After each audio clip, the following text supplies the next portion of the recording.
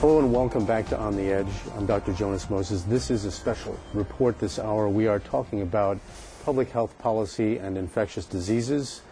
With me initially is Audrey Serrano.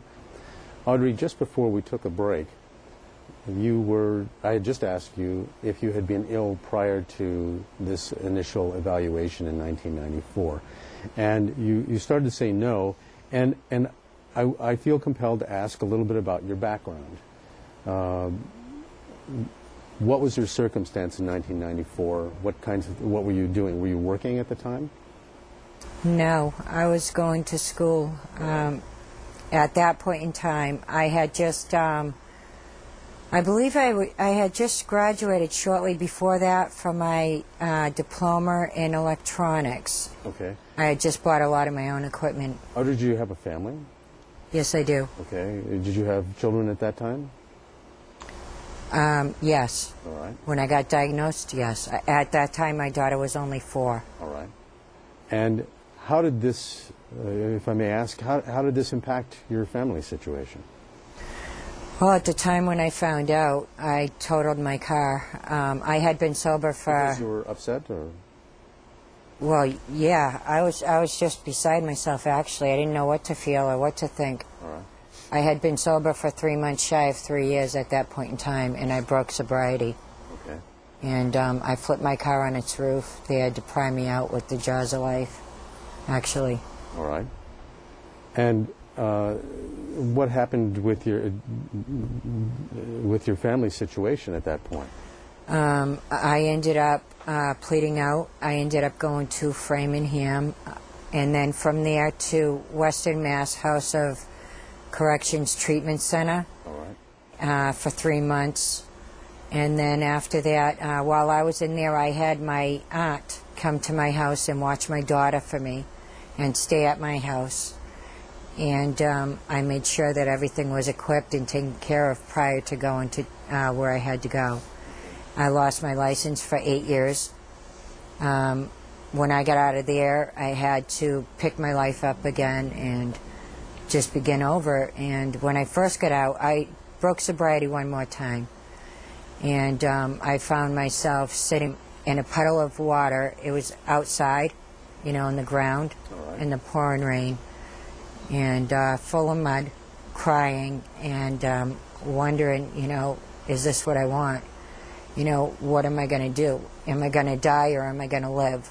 And I decided that I wanted to live.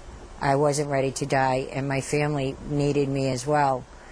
So that's where I think the turnaround began. All right. And I started picking my life up, and I just got sober this time on my own, without going anywhere. And when you began taking the medication for this HIV positive diagnosis, were you drinking at that point, or taking any other illicit drugs, or anything else? Just alcohol. Okay. I took my AZT and Apivir and all that kind of stuff from the time that my doctor diagnosed it. Right. When I first found out, I wasn't on anything. I see. But before I went to Framingham, I was on the cocktail already by that time, because I had already brought my doctor the paper. Because they had insisted on it. Yes. Well, they told me that I had it. They gave me the paper over at the family practice clinic over on Ashby State Road. Okay. Let me ask you, just so that I'm clear on this. Did anyone ever draw blood, take the blood to a lab, as far as you know, and isolate a virus? The only thing I know as far as that is the test from family practice. Do you know what the name of the test was?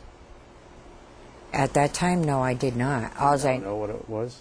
Now? Yes. Yeah, it's the ELISA. Okay. That's all I needed to know. So we fast forward.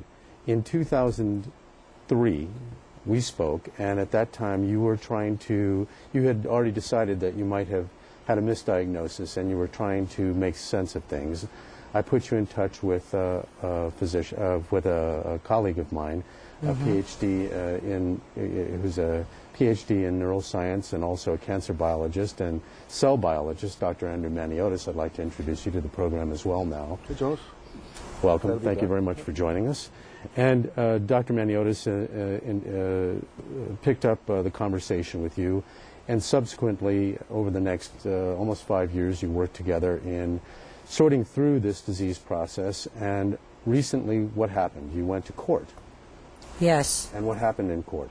Well, recently, we had the case had been pending for like 5 years, and then I had a really, really tremendous attorney, David Anguera from Swartz and Swartz, who has been a godsend to me. He's been and what was the nature so of the case? supportive. The case was against my doctors for misdiagnosing and for not treating, as well as not well. According to the documents and the records and biology and that sort of thing, they should have ran the Western blot after they had diagnosed me with the ELISA, which they never had. All right. And there It was was just against the doctor?